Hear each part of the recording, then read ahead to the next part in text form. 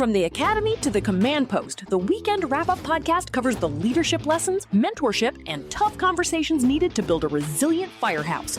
Rated as one of the best fire and emergency services podcasts, get ready to be empowered by host Kevin Ferrara as he presents another informative episode you won't want to miss. Get ready, folks. Here we go.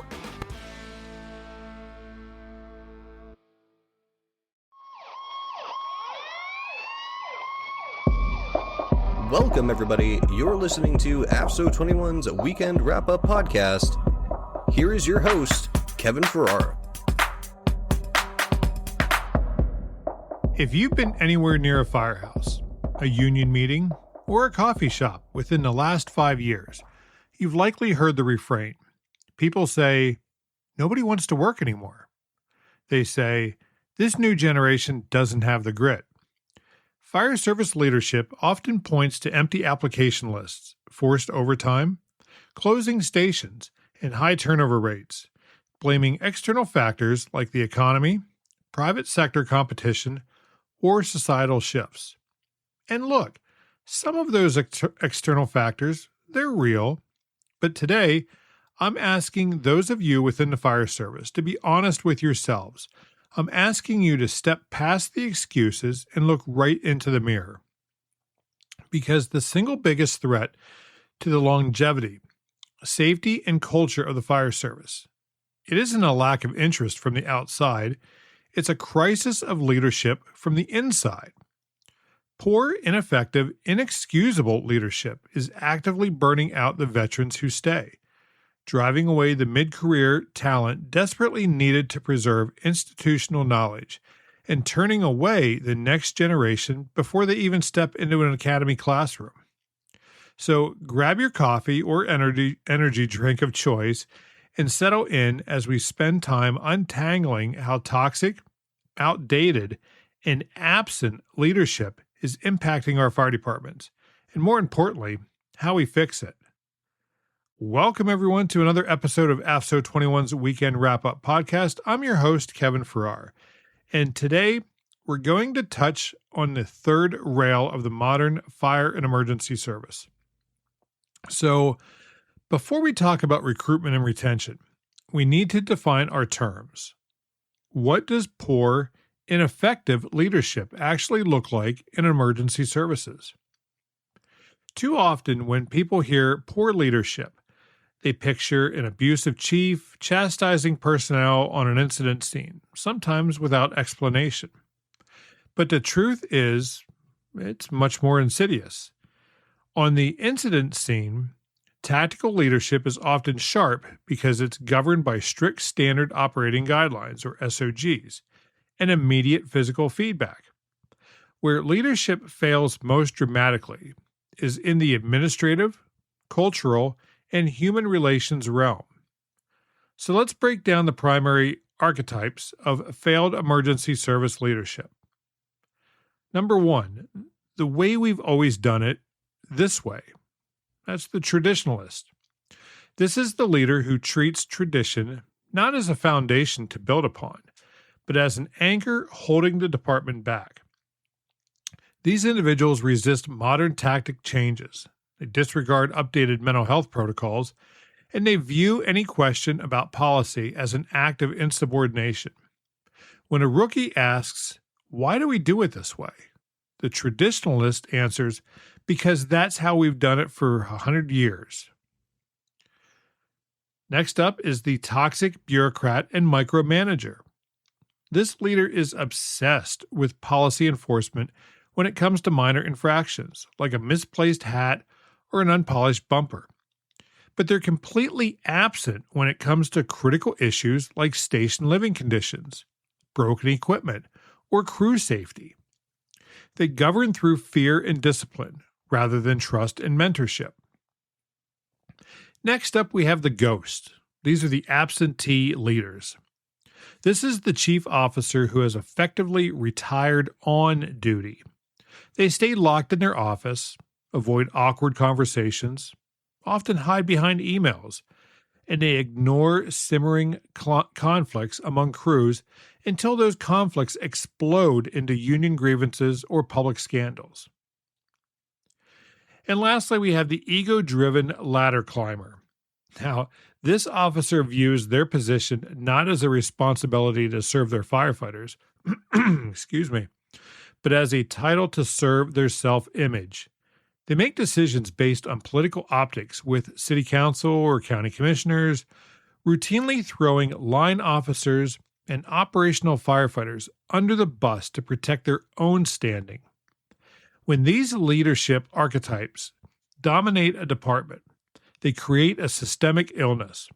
We know firefighting is inherently high risk, it's a high stress work, but when frontline personnel know their leadership doesn't have their back off the fireground, the psychological contract between the firefighter and the organization, well, it shatters. So let's continue and talk about the people who are already inside the walls, the current workforce. How does bad leadership drive experienced firefighters to hang up their turnout gear years before retirement? Well, when leadership fails to plan, recruit, or maintain competitive retention packages, staffing, well, it dips. What happens next?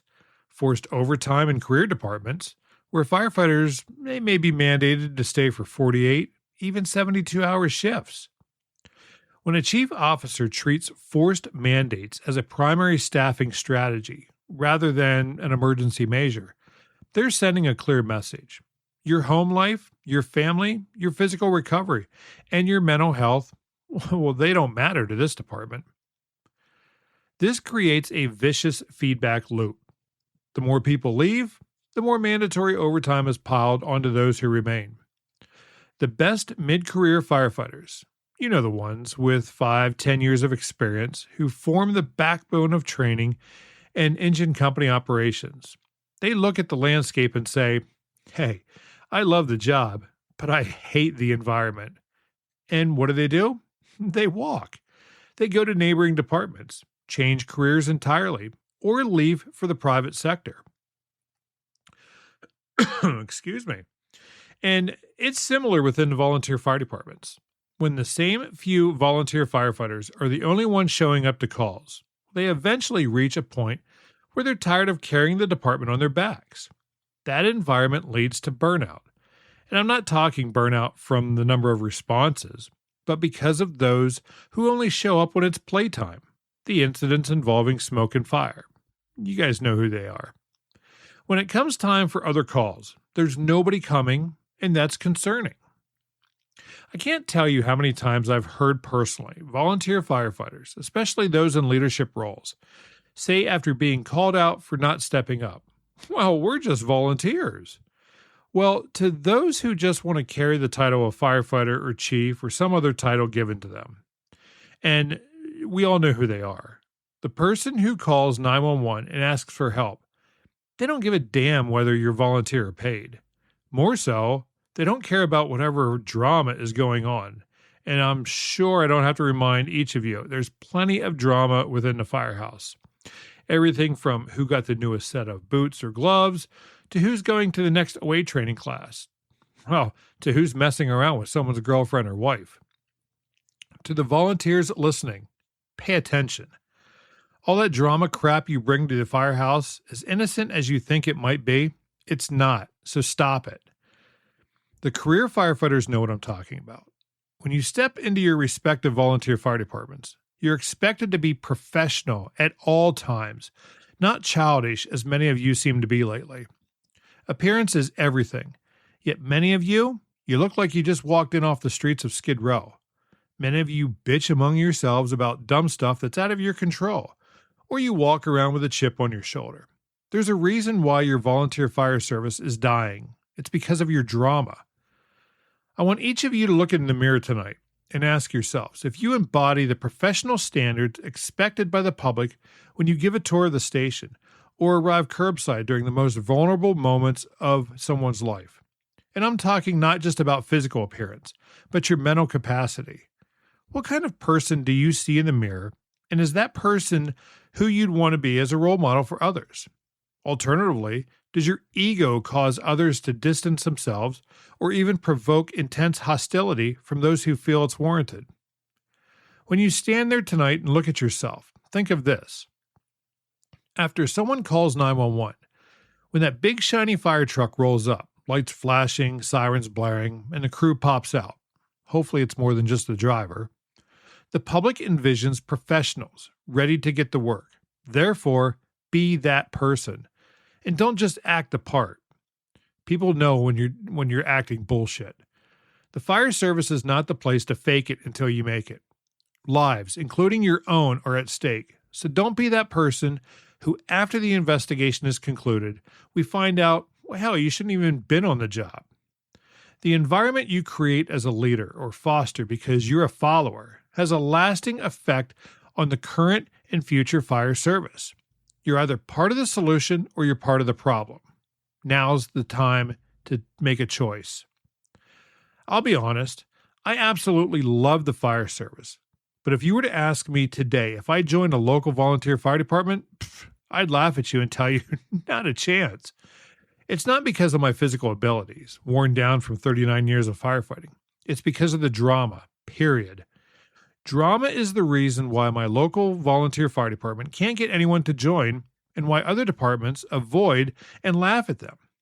When a member of the community asked to join this local fire department, and after the fire chief said, "Don't even bother, you're not welcome here," what message does that send?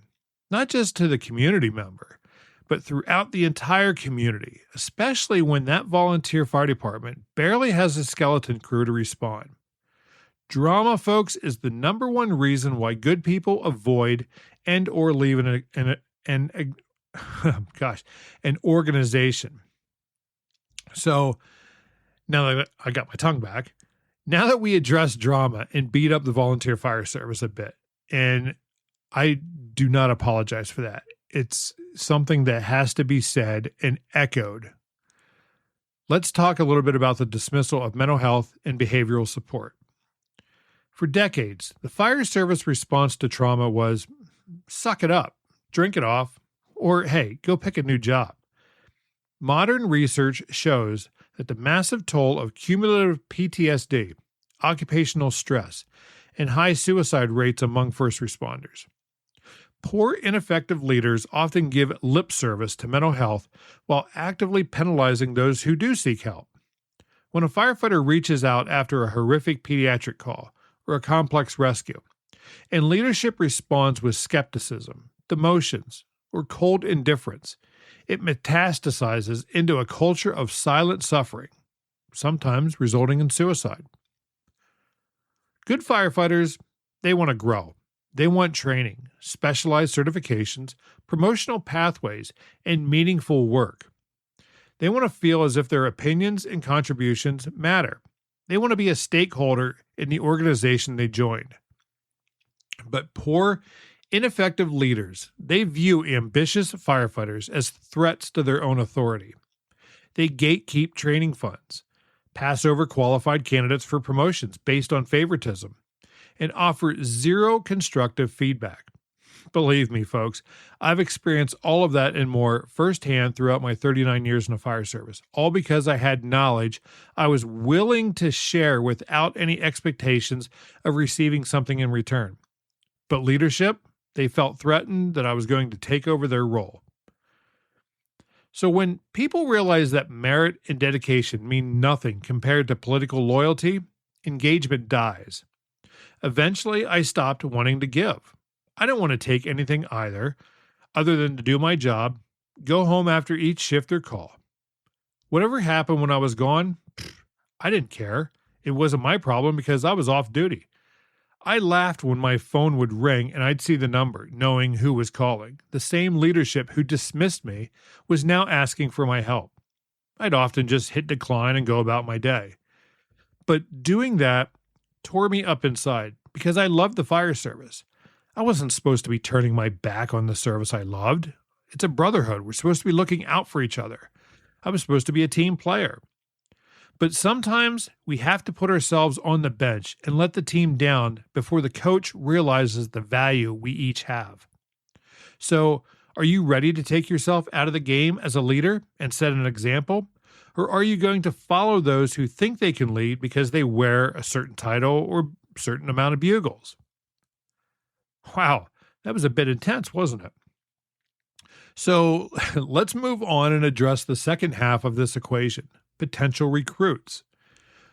Why are fewer people taking civil service exams or filling out a volunteer membership application? Why are candidate pools shrinking from thousands down to dozens, if anything at all? And why are we still asking these questions year after year? The legacy response from older leadership is, well, the younger generations, they don't want to do any hard work. Folks, that's lazy, inaccurate explanation.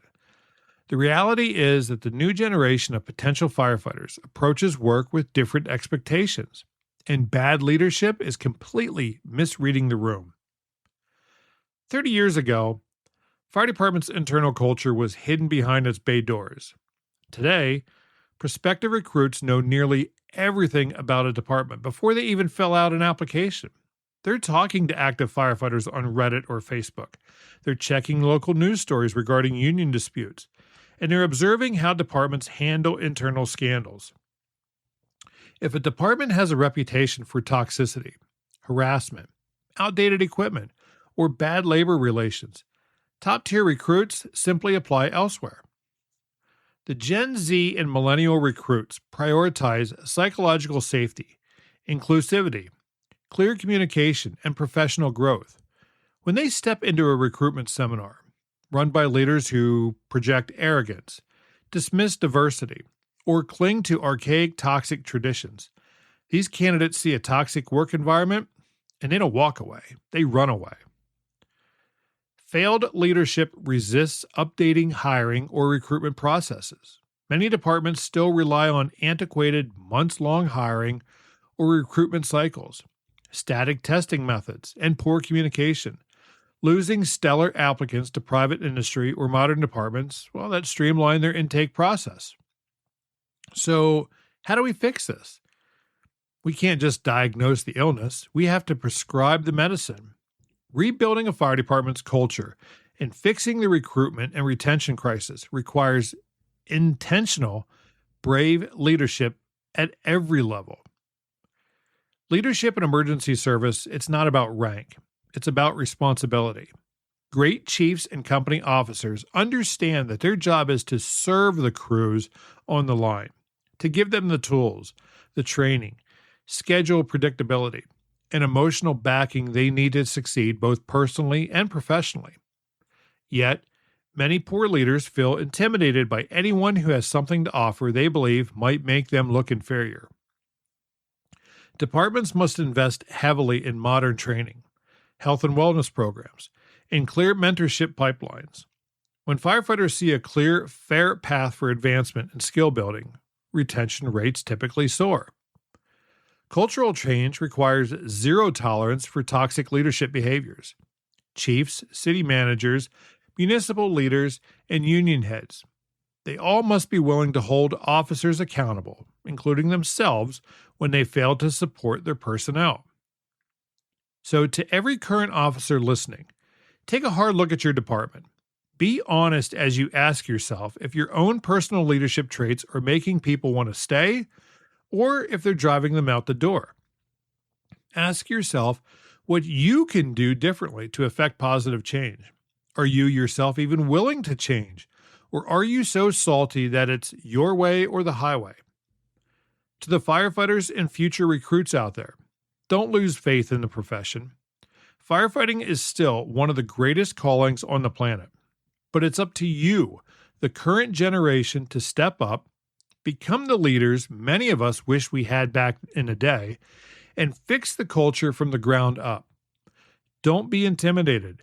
Respect the positions above you and stand by your decisions and values. If you feel your voice is not being heard, respectfully elevate it through the proper chain of command. Sometimes you just have to get your voice heard by the right people. So, friends, that's going to do it for this episode. I know it got a little intense there at times, but I want to personally thank you for tuning in. If this episode resonated with you, I want you to share it with your crew. Share it with your officers, your leadership, your community members. And be sure to like, subscribe, and support the show. How to do that? Well, you're going to find out here in a second. So until next time, take care of each other, Keep learning, and as always, stay safe. Thanks for listening.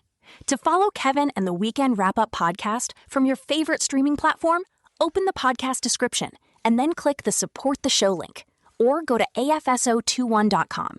From there, click the Weekend Wrap-Up podcast link, which will allow you to follow the show, download episodes, learn more about our contributors and the podcast, subscribe, which gives you exclusive access to premium and/or bonus episodes, or support the show, where you can make a much-appreciated contribution of your choice. You can even click on the podcasts we love to build your personal podcast library. We here at the Weekend Wrap-Up podcast appreciate you and look forward to bringing you more episodes that support the work you're doing in fire and emergency services. Remember, click the Support the Show link or head over to our website at afso21.com. Stay safe.